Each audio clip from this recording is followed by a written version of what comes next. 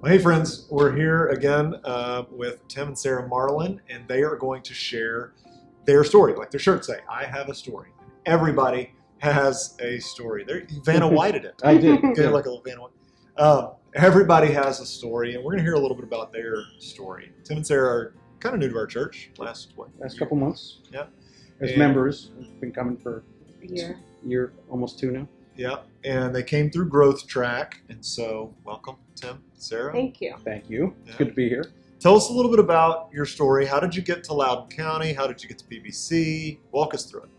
So, Loudoun County was a little bit of a journey.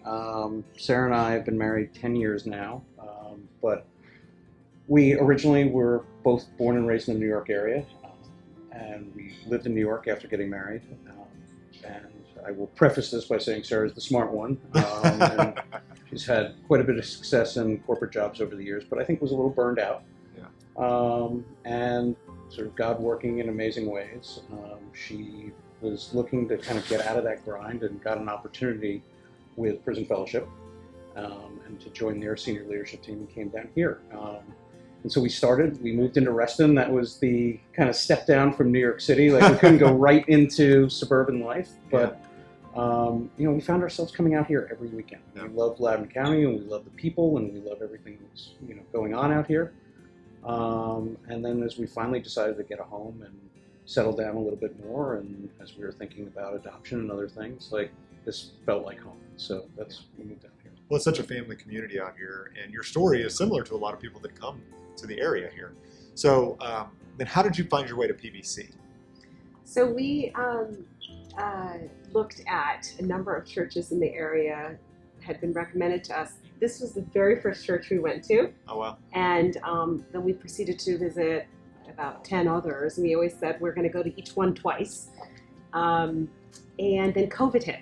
So COVID hits, and we don't really have a home church. Right. We've been to a bunch of churches, but didn't have one place. And I'll never forget, it was late March. I was bathing our daughter, and we got a call from someone at the church who just said, we're calling to check in and see how you're doing. And it could make me cry because it was such a tender moment for me.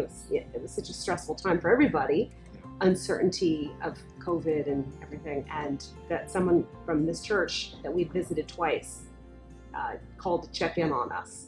And I remember just saying to Tim, I think this is our church.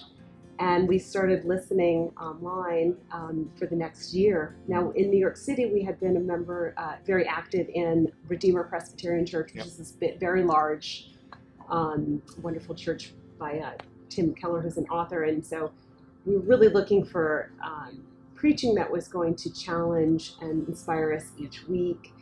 And we certainly were getting that at Personal Baptist. But on top of it, that just the sense of community that someone would call us. And Tim mentioned we're adoptive parents, and we love how many families here are also adoptive families, and we're excited to get to know the Mosaic ministry as well. Yeah. So, as you came to PBC, well, first, that makes me proud of our team here. Yes. It really does.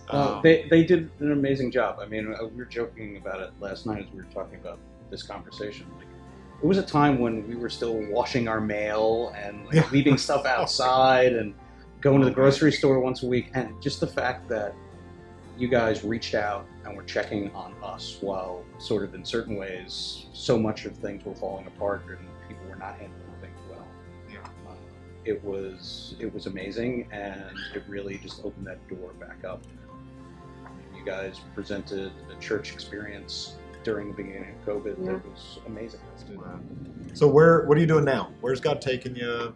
How are you growing? Where do you think He's taking you next? Yeah, I mean, so it's been great now. We both continue to serve. Sara was serving today in the children's ministry and ushering today. But we're excited for, not to use the phrase too much, next steps here. Yeah. Since we moved down here, as Sara mentioned, service has been part of what we tried to do, and I'm rolling off as board chair of Western Fairfax Christian Ministries, which is a food pantry in Fairfax County. Because I'm term limited out, kind of looking for next steps, and really excited about kind of potentially getting involved with Tree of Life and other things here. It's been a journey, like coming from New York to Loudoun County, and looking for the right church and finding the right place, but it really feels like God is at work here, and I'm excited just to sort of follow that. I also feel really convicted that, so at the Good Friday service, when people came out with their cards and sort of like describing who they were before Jesus and who they are with Jesus, I thought, I feel like my sides are saying the same thing, and I need to give more areas of my life 100% to Jesus. Yeah.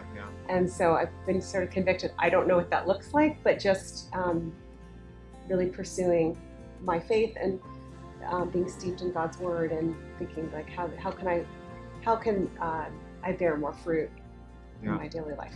Y'all's journey is such a great microcosm of so many people that come to our church, right? Is that you move in from somewhere else, you come into the community, you're looking for a community, different denominational backgrounds. It's so common at our church.